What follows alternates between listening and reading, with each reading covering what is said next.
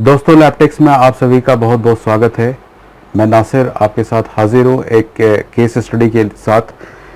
एक डेल का बोर्ड है हमारे पास, ये 4030 है।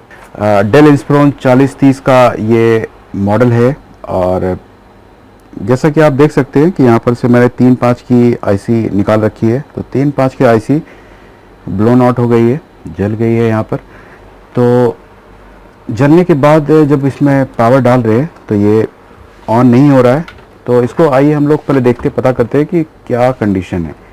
तो मैं तो अभी इसका सॉल्यूशन निकालने वाला था, लेकिन सोचा कि आपको भी थोड़ा सा एक्सपीरियंस दे दूं मैं, कि एक बार थोड़ा सा चेक कर लेते हैं कि जो है कंडीशन क्या है, कहीं पर शॉर्टिंग तो नहीं है। तो ज़रा सा देख लेते हैं। ये कोर का एरिया से स्टार्ट किया, उल्टा चलते हैं। रिवर्स इंजीनियरिंग मज़ा आ रहा आजकल बात भी बहुत सुन रहे हैं हम लोग रिवर्स इंजीनियरिंग की। तो देखते हैं, फिर जीएफएक्स पर आते हैं, फिर देख लेते हैं रैम की कॉइल। तो यहाँ पर भी रैम की कॉइल ठीक है, क्योंकि इसका कार्ड अलग से आता है। ये इसका डीसी कार्ड है, डॉटर कार्ड है बोल सकते हैं आप इसे। तो इसमें चार्जिंग का पॉइंट यहाँ पर होता है, ठीक है। तो यहाँ पर आप देख सकते हैं ये चार्जिंग की आईसी और चार्जिंग का सर्किट पूरा यहाँ पर है।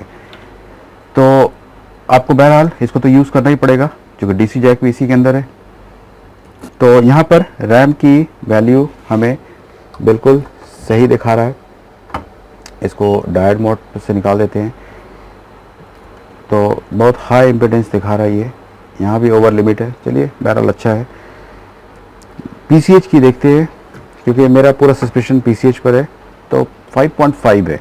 क्या इसे हम शॉर्ट कह सकते हैं? तो हो भी सकती है, नहीं भी हो सकती है। एक एरिया पर हम अगर इम्पीडेंस चेक करते हैं तो हम इससे कभी भी ये जज नहीं कर सकते हैं कि पीसीएच हमारी सही है या ख़राब है, क्योंकि जैसा कि हम लोगों ने अपने पूरे थ्योरी में भी बताया है कि इसके अंदर कितनी प्रकार की वोल्टेज इसके अंदर इंसर्ट होती है। तो 1.05 होती है, 1.5 भी होती है, 1.8 भी होती है, 3.3 एंड 5 वोल्ट भी होती है।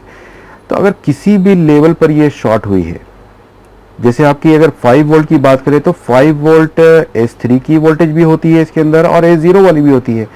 तो ये ज़रूरी नहीं है कि आपकी कोई एक एरिया ही शॉर्ट हो, बहुत सारे एरिया में शॉर्टिंग हो सकती है। तो एग्जांपल के लिए मैंने ये जो आपको डेमोस्ट्रेट कर रहा हूँ ये केस स्टडी, तो अब जरा सा मैं दिखाता हूँ आपको 3.5 की कंडीशन। तो आप देख सकते हैं कि 27-20 किलो ओम के करीब करीब इसकी वैल्यू आ रही है। ये 3 होगा और मेरे ख्याल से ये 5 होगा। अभी मैंने स्कीमेटिक वगैरह कुछ ओपन नहीं किया है। तो यहाँ पर देखिए 26.5 ओम है सिर्फ।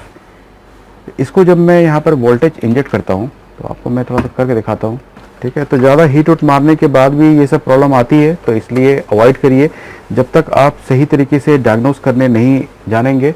इसी तरह से आप हीट एंड ट्राई से काम करेंगे और हीट मार करके अच्छे बोर्ड को बर्बाद करते रहेंगे।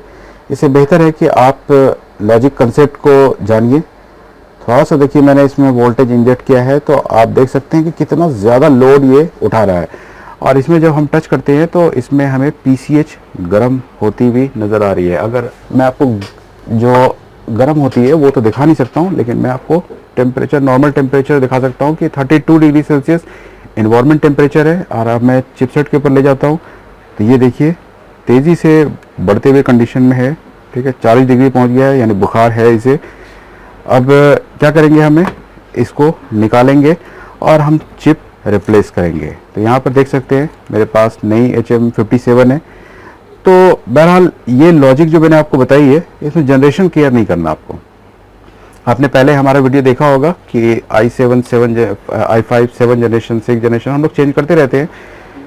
कस्टमर को बोर्ड चलने से मतलब होता है, जब चल रहा होता है उसे कोई मतलब नहीं होता है कि ये कौन सा जनरेशन में चल रहा है, तो उसके लिए ठीक है, ठीक है। और आप कस्टमर को ये बोल के मना नहीं कर सकते कि आपका फर्स्ट जनरेशन है, मैं रिपेयर नहीं करूँगा। इवन कि कोर टू ड्यू भी होगा तो आपको रिपेयर करके देना होता है। तो चाहे तो आप कोर टू ड्यू रिपेयर कर रहे हो या i7 8 जनरेशन का कोई भी बोर्ड रिपेयर कर रहे हो, अल्टीमेटली आपको कस्टमर को सोल्यूशन देते हैं तो ही आप पैसे कमाते हैं। तो मेरी आप लोगों से रिक्वेस्ट है कि सबसे पहले आप एफर्ट करिए कि कंसेप्ट समझने की। ये तो एक नॉर्मल शॉर्टिंग का केस था, लेकिन आप बहुत सारे एरिया है, जैसे इसमें सिग्नल लेवल पर बात करें हम, कि एक क्वेश्चन मैंने अभी अपने ही स्टूडेंट ग्रुप से पूछा था कि अगर आपके बोर्ड में SLP S4 जनरेट नहीं होती है तो आपके पास कितनी सिग्नल है चेक करने के लिए। आप लोग भी ज़रूर कमेंट करिएगा कमेंट बॉक्स में, आपके पास कितनी सिग्नल रिमेनिंग है चेक करने के लिए, कि ये समझने के लिए कि आपकी PCH अभी जिंदा है, सांस ले रही है और इस बोर्ड यानी कम्युनिकेशन ब्रेकअप हो सकती है PCH, इस बात को कंफर्म करने के लिए आपके पास कितनी सिग्नल है चेक करने के लिए। अगर आप नहीं जानते हैं ये सारे थ्योरीज और नहीं जानते हैं आप कि प्रैक्टिकल कैसे चेक करते हैं, तो आप हमारे ट्रेनिंग को ज्वाइन कर सकते हैं और ये जो 2 नंबर आपको दिख रहा है नीचे में, इस पर आप कांटेक्ट करके इंक्वायरी कर सकते हैं। तो चलिए हम लोग आगे बढ़ते हैं, अब इसको देखते हैं। इसको पहले मैं निकाल, तो जैसा कि देख रहे हैं दोस्तों कि इसको मैंने निकाल दिया है, ये इसकी PCH है, ठीक है, और इसको मैंने क्लीन भी कर दिया है और सरफेस पूरी तरह से क्लीन हो जाना चाहिए ताकि अभी जो हम नई IC लगाएंगे तो ये सही तरीके से बैठ जानी चाहिए। अब मैं आपको वैल्यू चेक कराता हूँ, जो कि मैंने आपको पहले भी दिखाया था। इसके अंदर अभी 3-5 नहीं है, ठीक है, पहले भी नहीं थी, अभी भी नहीं है। अब मैं लगाऊंगा इसको, तो इसकी जो वैल्यू आ रही थी 25-26 ओम के करीब, अब देखिए ये 9 किलो 10 किलो ओम के करीब हो गई है, ठीक है। दूसरी वाली तो ठीक थी ही। तो देखिए ये मैं इसलिए दिखा रहा था कि 3-5 नहीं बनने का रीज़न समटाइम PCH भी हो सकता है। अगर PCH का एरिया शॉर्ट है, समटाइम 3 आपकी नहीं बनती है, जैसे आपने देखा होगा कि कंट्रोलर आयब ख़राब होती है, तो PCH भी हो सकती है, कोई बहुत बड़ा इशू नहीं है। तो इसको आप थोड़ा सा वोल्टेज इंजेक्ट कर करके पता कर सकते हैं। तो अब मैं इसमें रिप्लेस करूँगा, रिप्लेस करके देखते हैं कि क्या कंडीशन होता है। तो ये मेरे पास ब्रांड न्यू HM है, HM57, तो फर्स्ट जनरेशन के लिए यूज़ होता है ये। तो अब मैं इसको लगाऊंगा, तो लगाने के बाद मैं आपको कंडीशन दिखाता हूँ। जैसा कि आप देख रहे हैं कि इसके अंदर HM मैंने लगा दी है, ठीक है, HM57 है इसके अंदर। और चलिए आज मैं आपको ये भी दिखाता हूँ कि जो 3-5 की नई IC होती है, आप में से बहुत सारे लोग बिगनर होंगे, अभी नए नए इस लाइन में आए हैं, उन्हीं लोगों के लिए डेडिकेटेड है मेरा ये वीडियो। तो ये नई IC है, नई IC को जब भी आप यूज़ करें तो ऐसे डायरेक्ट नहीं लगाना है। इसमें 51125 IC है जो 3-5 की IC होती है। इसको लगाने से पहले आपको क्या करना होगा, इसके ऊपर थोड़ा सा पहले पेस्ट लगा लीजिए और इसके ऊपर जो शोल्डर लगा हुआ है वो लेड फ्री शोल्डर है। आपको क्या करना है, थोड़ा सा इसको लेडेड करना है, ठीक है, ताकि ये आराम से बैठ जाए। चूँकि ये QFN IC होती है, quite flat with no leads, इसके अंदर कोई ट्रैक लीड होती नहीं है, यानी कोई पिन नहीं होती है। तो आपको ये पिन उभारना होता है थोड़ा सा, ताकि आराम से ये लग जाए, ठीक है। तो जैसे मैं यहाँ पर कर रहा हूँ, ऐसे अगर आप लगाएंगे तो आराम से लग जाएगा, नहीं तो क्या होगा, काफ़ी दिक्कत का सामना आपको करना पड़ सकता है।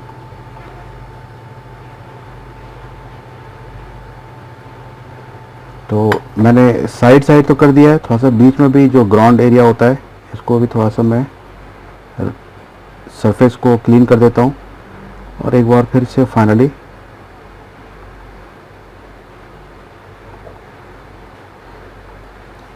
ठीक है। अब लगता है कि ये आसानी से लग जाएगी। अगर आपको 3-5 या किसी भी जो QFN IC होती है अगर लगाने में परेशानी हो रही है, तो आप सबसे पहले ये वाला ट्रिक यूज़ कर लीजिए और थोड़ा सा पेस्ट लगाइए यहाँ पर जहाँ पर आपको लगाना है, और ये श्योर कर लीजिए कि इसकी 1 नंबर पिन किधर आएगी। तो यहाँ पर देखिए 1 नंबर पिन का मार्किंग है छोटा सा एकदम, और बोर्ड में ये एरो है, तो मुझे इसको थोड़ा सा घुमाना। ये देखिए एरो यहाँ पर है, ठीक है, ये एरो के पास मुझे पिन नंबर 1 रखना है। हॉट गन ऑन करता हूँ मैं,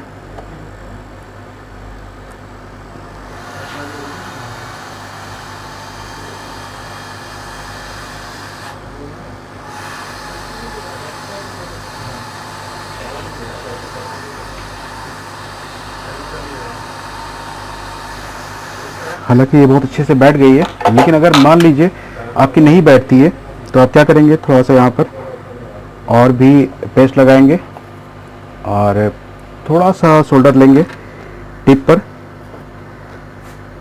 और साइड से आप इसको इस तरह से रब कर करके जो भी पिन नहीं बैठी होगी या नहीं लगी होगी वो अब लग जाएगी। इसमें आपका जो पेस्ट होता है ये बहुत ही इम्पोर्टेंट रोल प्ले करता है। तो इसको मैं चारों तरफ से एक बार घिस लेता हूँ। देखिए यहाँ पर इसको भी मुझे लगाना पड़ेगा। ये कैपेसिटर का एरिया है जो कि किसी ने निकाल रखा है। तो HM भी लगा दिए, 3-5 भी लगा दे रहा हूँ मैं। अब फाइनली अब इसमें हम लोग चेक करेंगे कि क्या स्टेटस है। किसी भी रेगुलेटर को निकाल करके पावर मत डालिए, ठीक है, बहुत डेंजरस होता है।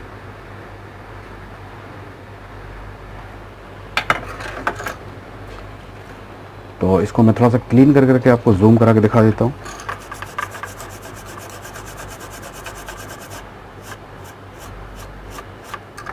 तो आप देख सकते हैं कि चारों तरफ से जो एरिया है वो सरफेस एकदम अच्छी तरीके से लग चुका है।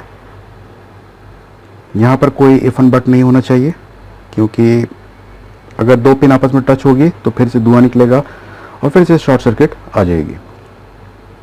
तो चलिए अब हम लोग इसको पावर लगाते हैं और देखते हैं कंडीशन।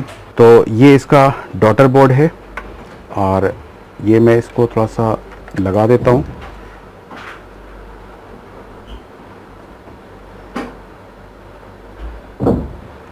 स्क्रू भी एक लगाना पड़ेगा मुझे इस पर।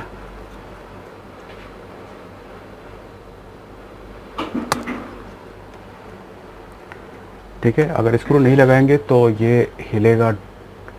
टेम्पोरली मैं इसमें एप्पल का स्क्रू लगा देता हूँ, मुझे स्क्रू मिलता नहीं है यहाँ पर।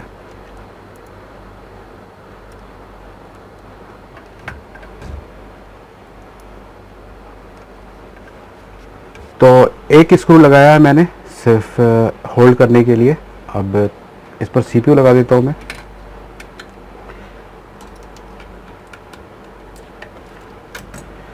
और पावर लगा के सिर्फ पहले ये देखेंगे कि क्या बोर्ड ऑन हुआ कि नहीं, क्योंकि अभी तक मैंने इसमें पावर लगाया ही नहीं है। शुरू से जब से आया है ये मेरे पास, तो मैं इस पर सिर्फ काम ही कर रहा हूँ। ठीक है, पहले HM निकाल दी मैंने, जो कि आप लोगों ने देखा। फिर 3-5 की IC तो पहले निकाल रखी थी, क्योंकि वो तो बर्न दिख रहा था। तो अगर बर्न केस दिखता है तो सबसे पहले मैं उसको कोशिश करता हूँ कि ठीक कर लूँ, उसके बाद मैं पावर इंजेक्ट करूँ। तो बोर्ड देख रहे हैं कि ऑन हो चुका है। अभी यहाँ पर कुछ पता नहीं चलेगा आपको। अब मैं इसमें स्क्रीन लगाऊंगा। स्क्रीन तो है नहीं, एक्सटर्नल दिखाता हूँ मैं आपको। तो रैम भी नहीं आई है इसकी, तो इस पर मैं रैम लगा देता हूँ। और एक्सटर्नल देखेंगे और साथ में मैं इसमें USB लगा देता हूँ, क्योंकि अगर डिस्प्ले नहीं आया एक्सटर्नल तो USB पर तो CRO पर हमें दिख जाएगा।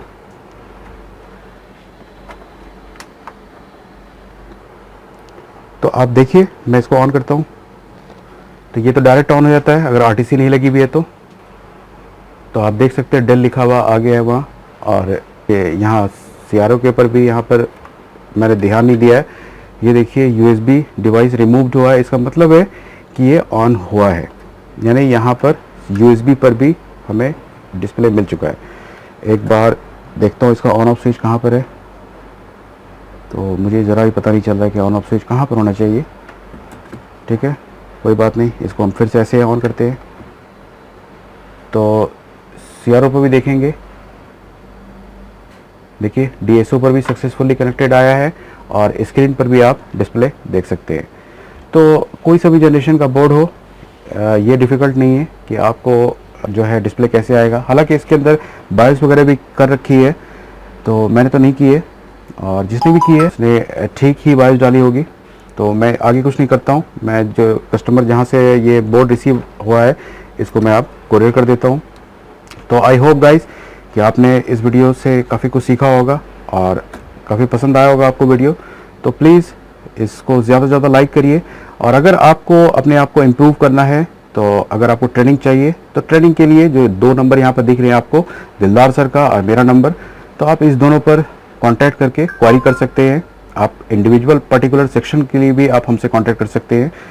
तो इसी तरह से हमें प्यार देते रहिए। Thank you for watching this video.